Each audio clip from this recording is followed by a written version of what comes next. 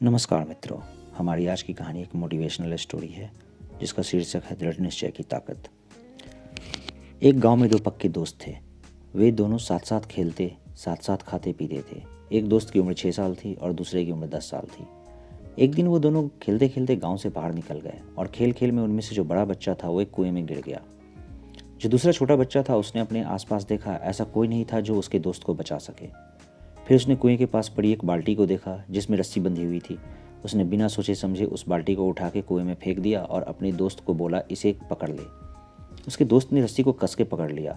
फिर उस 6 साल के बच्चे ने अपनी पूरी ताकत लगा के उस रस्सी को खींचा और तब तक खींचता रहा जब तक उसका दोस्त कुएं से बाहर नहीं आ गया। दोनों दोस्त बहुत ही खुश हो गए और आपस में गले मिलकर रोने लगे। उन्हें इस बात का डर भी लग रहा था कि उनके घर वालों को जब इस बात का पता चलेगा तो उनकी पिटाई होगी।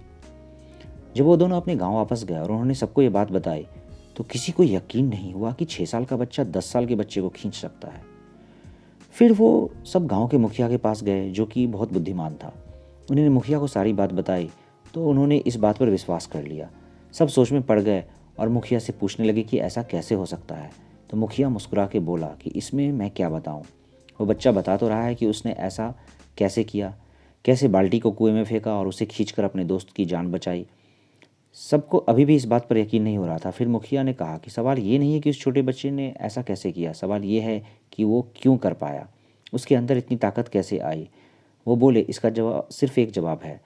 जिस जिस समय उस बच्चे ने ऐसा किया उस समय उस जगह पर ऐसा कोई नहीं था जो उसे ये बता सके कि तू ये नहीं कर सकता। दोस्तों, यह कहानी हमें सिखाती है कि यदि आप अपने मन में ठान लो तो कोई भी काम कर सकते हो। ये कहने वाले तो बहुत मिल जाएंगे कि तू ऐसा नहीं कर सकता, लेकिन हमें ऐसे लोगों को नहीं सुनना है। धन्यवाद।